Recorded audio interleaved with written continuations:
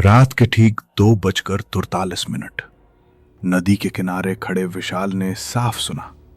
किसी ने उसका नाम फुसफुसाकर पुकारा।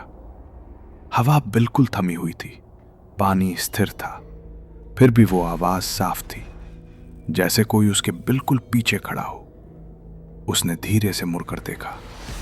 दूर चांदनी में नदी के किनारे एक लाल चुनरी हवा में लहरा रही थी। नीचे कोई चेहरा साफ नहीं दिख रहा था, बस स्थिर खड़ी एक आकृति। उस सुनसान जगह पर उस वक्त कोई और होना नामुमकिन था। विशाल पिछले 3 दिनों से उसी छोटे वीरान नदी किनारे बने अपार्टमेंट में रह रहा था। शहर की भीड़ से दूर अकेले काम करने के लिए उसने ये जगह चुनी थी। स्थानीय लोगों ने उसे चेतावनी दी थी कि अमावस्या की रात नदी के पास मत जाना, लेकिन उसने इन बातों को अंधविश्वास समझकर हंसी में उड़ा दिया था। पहली रात उसे खिड़की के बाहर किसी के पैरों के घिसकने की आवाज आई थी। दूसरी रात दरवाजे पर हल्की दस्तक, जबकि बाहर कोई नहीं था। और अब तीसरी रात उसका नाम लेकर पुकारा गया था। वो धीरे धीरे उस लाल चुनरी की तरफ बढ़ा। हर कदम के साथ नदी का पानी जैसे गहरा होता जा रहा था।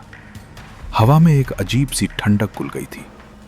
जैसे ही वो कुछ ही दूरी पर पहुंचा, आकृति ने हल्का सा सिर झुकाया। उसी पल विशाल के मोबाइल की टॉर्च अपने आप बंद हो गई। अंधेरे में सिर्फ चांद की हल्की रोशनी थी और वो लाल रंग जो बाकी सबसे अलग चमक रहा था। विशाल को अचानक याद आया, ठीक 1 साल पहले इसी नदी में एक लड़की की डूबकर मौत हुई थी। उसका नाम राधिका था। अखबार में छपी तस्वीर में उसने लाल चुनरी पहनी हुई थी। विशाल के हाथ कांपने लगे। उसे एहसास हुआ कि वो जिस अपार्टमेंट में रह रहा है वो पहले उसी लड़की का था। अचानक नदी का पानी हल्का हल्का उफनने लगा। हवा तेज हो गई और उसी आवाज ने फिर उसका नाम लिया, इस बार बिल्कुल पास से। अगली सुबह अपार्टमेंट खाली मिला। दरवाजा खुला था। कमरे के अंदर सब कुछ वैसा ही था, बस खिड़की के पास गीली मिट्टी के निशान थे, जैसे कोई नदी से चलकर अंदर आया हो। और मेज पर रखी थी एक लाल चुनरी, पूरी तरह सूखी।